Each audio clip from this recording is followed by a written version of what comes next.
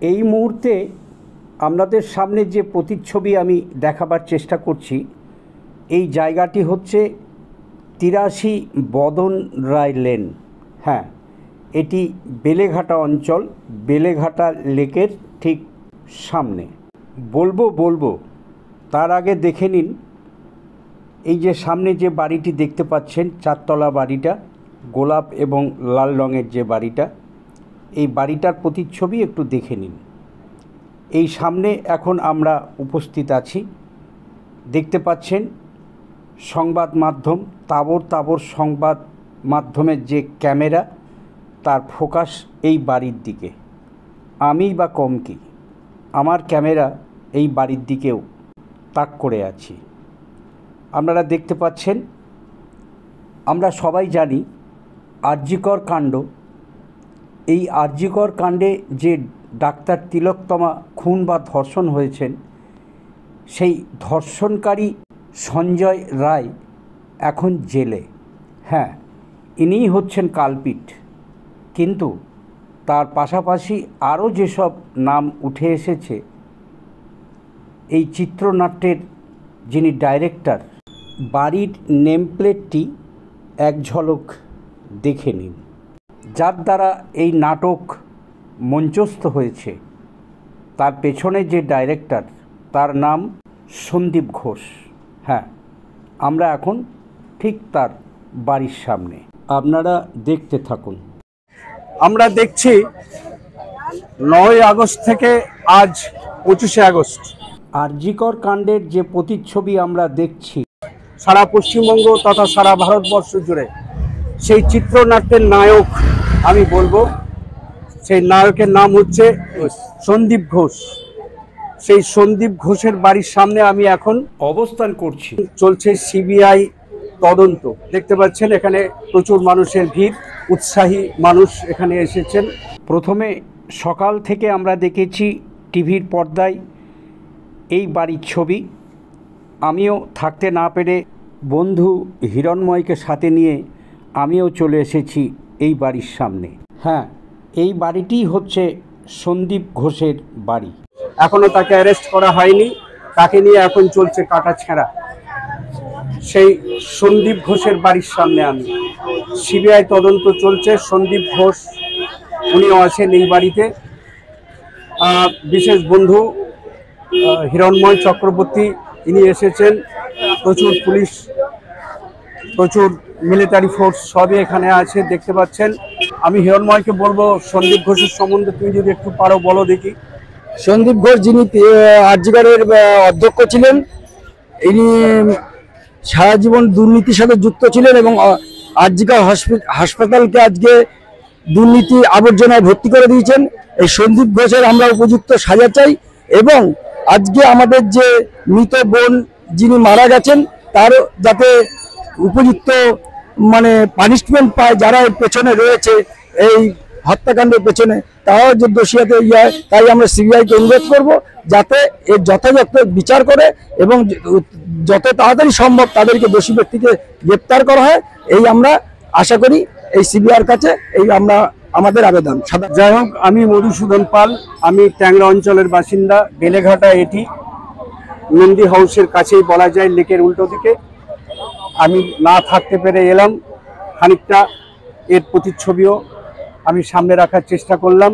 তবে এখন দেখতে পাচ্ছি ভেতরে চলছে সিবিআই তদন্ত, তাদের জিজ্ঞাসাবাদ।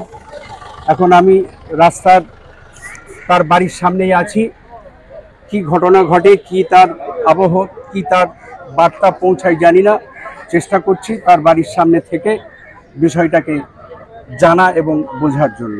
বলা ভালো, কাউরির পৌষ মাস, কাউরির সর্বনাশ। কেন এই কথাটা বলছি?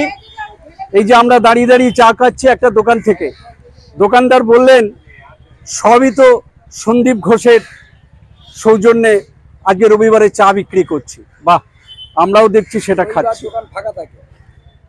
কেন বলছি কথাটা? দেখুন, আমার পেছনে যে বাড়িটা দেখা যাচ্ছে, গোলাপি রঙের বাড়িটা, গোলাপি তো ঠিক নয় ওটা, হ্যাঁ গোলাপ এবং লাল মিশ্রণ, তাই তো?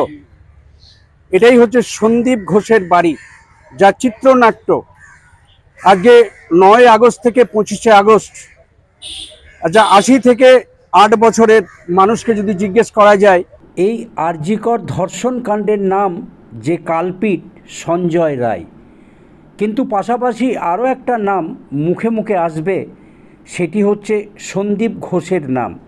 হ্যাঁ বন্ধু, ইনিই হচ্ছেন এই চিত্রনাট্যের প্রধান বা ডাইরেক্টর, যার দ্বারা আমরা বিভিন্ন খবর, বিভিন্ন সংবাদ মাধ্যমে আমরা জানতে পারছি ইনিই হচ্ছেন মেন কালপিট, যার দ্বারা সব কিছু ঘটেছে বা ঘটছে।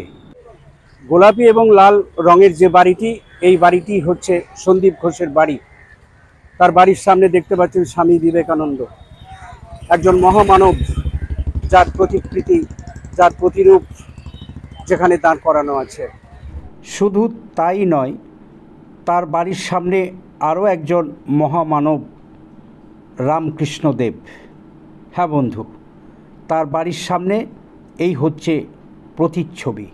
কিন্তু যে মানুষটি, যার কথা আমরা মুখে মুখে জানছি, তবে এই মানুষের এই যে কীর্তিকলাপ, যা 8 থেকে 80 আমরা সকলেই এখন জেনে গেছি। আমরা এখন তার বাড়ির সামনে, প্রচুর মানুষের ভিড়। তার বাড়িতে এখন চলছে সিবিআই হানা। আপনি দেখতে পাচ্ছেন আমার পেছনে, এটা হচ্ছে বেলেঘাটা লেক যেটা বলা হয়, আর ঠিক ঠিক লেকে ঢোকার ঠিক পেছনে হচ্ছে তার বাড়িটি।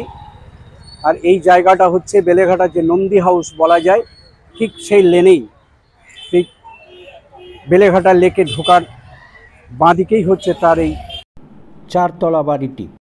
আমরা সেখানেই এসছি, আমরা অপেক্ষা করছি। আমার বিশেষ বন্ধু হিরণময়, আর এক বিশেষ বন্ধু গোপাল প্রসাদ, আমরা এসেছি। তবে দেখছি এখন সিবিআই জিজ্ঞাসাবাদ চলছে, এখন বেরো, তাকে ছেড়ে দেবে না অ্যারেস্ট করবে তা আমরা জানি না। তবে সেই অপেক্ষায় প্রচুর সাংবাদিক, প্রচুর পুলিশ, প্রচুর দেখুন জনমানুষে ছয়লাভ। আমরাও এসেছি, দেখি ওনাকে অ্যারেস্ট করে নিয়ে যাবেন না কি করবেন, আমরা সেই অপেক্ষায় আছি। এরই মাঝে দেখতে পাচ্ছি আরও দুজন সিবিআই দপ্তর থেকে নিশ্চয়ই এসেছেন, ওনারা ফোন করলেন এবং দুজন ভেতরে ঢুকলেন। তো যাই হোক, এই বিষয়টা কিন্তু চলছে একদম খুব সকাল থেকে। এখন বাজে প্রায় সন্ধে 6:30, 7টার কাছাকাছি। এখনও পর্যন্ত ভেতরের খবর কোনো বাইরে আসেনি। সংবাদ মাধ্যম যেমন আছে, আমিও আছি। দেখতে পাচ্ছেন বিভিন্ন সংবাদ মাধ্যম ক্যামেরা তাক করে দাঁড়িয়ে আছে। আমিও অপেক্ষায় আছি কি হয় কি হয় কি হবে বলে। দেখতে পাচ্ছি দুজন দরজা খুলে বেরিয়ে এলেন, সাথে সাথে দেখতে পাচ্ছি যারা বাইরে মিলিটারি ফোর্স যারা আছেন তারাও এগিয়ে এলেন দেখতে পাচ্ছি। তবে এরা কি বেরিয়ে যাচ্ছে? তো যেটা দেখা গেল যে না, যে দুজন ঢুকেছিলেন কিছুক্ষণ আগে, ওই দুজন বেরিয়ে গেলেন। তো যাই হোক, এই হচ্ছে এখানকার প্রতিচ্ছবি। আমি চেষ্টা করছি ছবি দেখাবার। এরই মাঝে দেখতে পাচ্ছি একদল মহিলা, জিজ্ঞেস করে জানতে পারলাম এনারা সাধারণ থেকে সাধারণ ঘরের মহিলারা, এনারা এসেছেন এই প্রতিবাদী, মুখ প্রতিবাদী দেখছি এনারা মাইক নিয়ে বলছেন যে দুষ্কৃতিকারী যারা আছেন তাদের অবিলম্বে আরও তাড়াতাড়ি অ্যারেস্ট করতে হবে এবং সিবিআই কেন এত দেরি করছে তার জন্য এনারা বলছেন যে যত তাড়াতাড়ি সম্ভব এর যেন বিচার আমরা পাই বা আরও অন্যান্য যারা দোষী তাদের যেন শাস্তি হয়। যাই হোক, পরবর্তীকালে যে খবরটি পাওয়া গেল, সিবিআই বাড়ি থেকে সার্চ করে বেরিয়ে গেলেন এবং সংবাদ মাধ্যমকে বলে গেলেন যে অনেক কিছু তথ্য আমাদের হাতে এসেছে, এই কথাটা শোনা গেল। তো যাই হোক, এই ছিল সিবিআই হানা, যেটা আমি খানিকটা সাক্ষী থাকলাম, আপনাদেরকেও খানিকটা দেখাবার চেষ্টা করলাম।